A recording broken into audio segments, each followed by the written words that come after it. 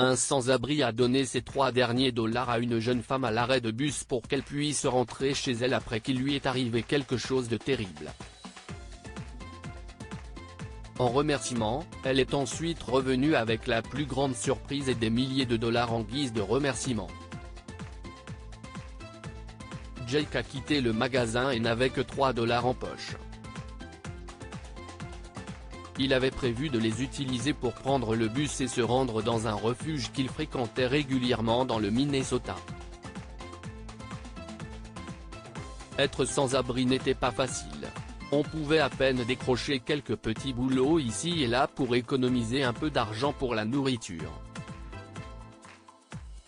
Parfois, il faisait même des folies et restait dans des motels pour avoir de l'intimité. Mais c'était rare. Il était tout de même heureux de ne pas avoir à marcher car la neige était tombée ce jour-là pour la première fois de la saison et marcher dans un froid glacial n'était pas une partie de plaisir pour lui. Jake a parcouru le trajet entre le marché et l'arrêt de bus aussi vite qu'il le pouvait sans tomber sur le chemin dangereux, froid et humide, et a regardé la route. Cependant, le doux bruit des pleurs lui a fait remarquer qu'il y avait quelqu'un d'autre. Il a tourné la tête et a regardé une jeune femme assise sur le banc de l'arrêt de bus. Ses bras étaient enveloppés de manière à se protéger, et elle portait un manteau épais, une écharpe, des gants et un chapeau, donc elle n'avait pas l'air d'avoir froid. Mais son corps se balançait, et elle sanglotait doucement. Jake s'est retourné pour regarder la route et a essayé de l'ignorer à nouveau. Ça ne le regardait pas. Les jeunes femmes riches pleuraient toujours à cause d'un garçon ou d'un truc stupide, alors que les gens ordinaires devaient se préoccuper de leurs besoins fondamentaux. Ses lèvres se sont pincées alors que ses pleurs continuaient, toujours aussi silencieux et tristes.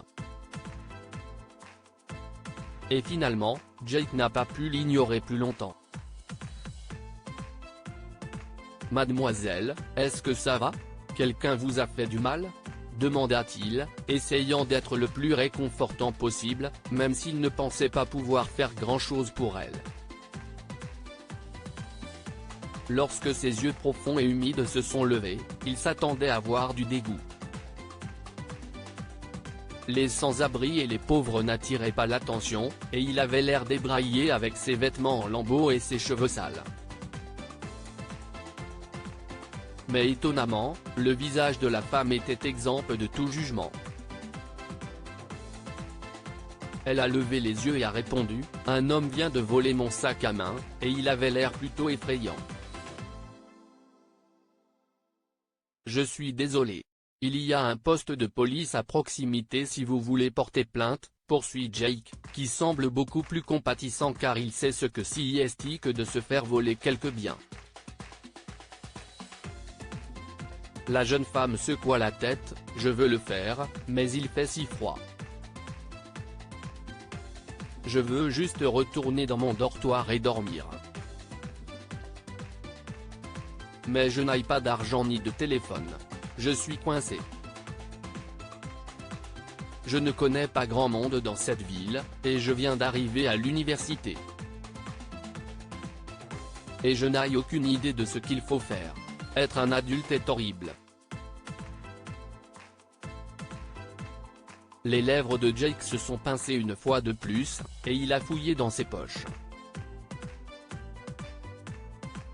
3 dollars seraient plus que suffisants pour la ramener chez elle, mais il devrait marcher jusqu'au refuge. La neige tombait à nouveau, et il pensa au trottoir glacé, et aux 30 minutes de marche qu'il devrait faire pour atteindre le refuge.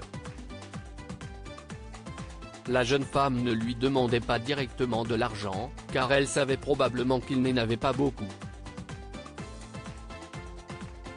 Mais il ne pouvait pas la laisser comme ça. Il savait ce que c'était que d'être coincé, seul, sans défense, effrayé et en train de pleurer. De plus, il pouvait l'aider, alors il le ferait. Tiens, dit-il, en sortant ses 3 derniers billets d'1$ de sa poche et en les tendant. Si est plus coincé pour un ticket de bus jusqu'à ton dortoir. Je pense point. La jeune femme a essayé de refuser son offre, mais il a insisté. Après quelques allers-retours, elle a pris l'argent et l'a remercié abondamment pour son geste. Le bus est arrivé, et elle est montée.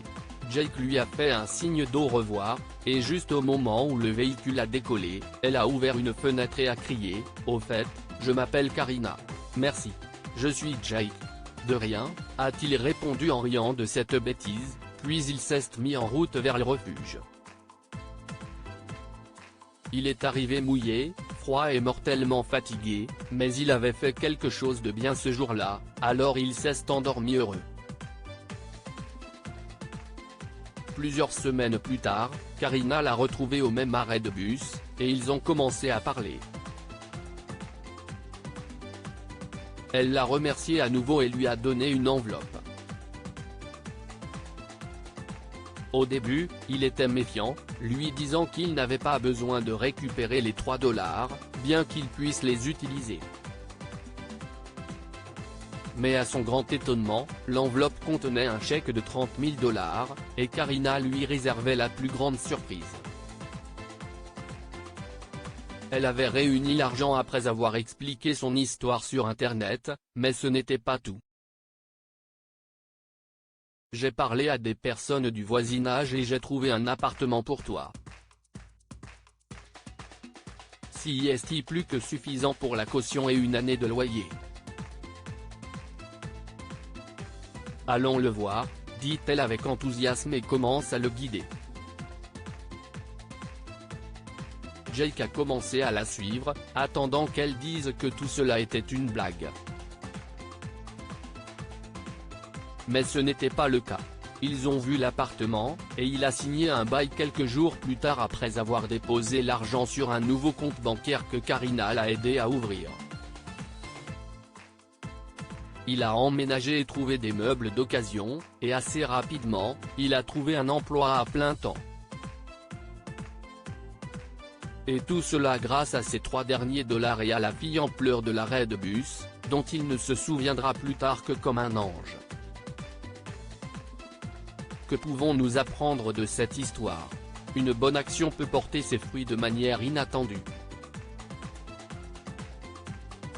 Jake a donné ses derniers dollars et en a été récompensé quelque temps plus tard. Certaines choses sont censées se produire. Jake devait atteindre cet arrêt de bus et rencontrer Karina, car ce moment a changé sa vie. Parfois, l'univers sait ce qu'il fait. Partagez cette histoire avec vos amis. Elle pourrait illuminer leur journée et les inspirer. Lire aussi, une femme riche s'occupe d'un sans-abri et remarque un jour qu'ils ont la même tâche de naissance. Abonnez-vous à Amomama sur Google News.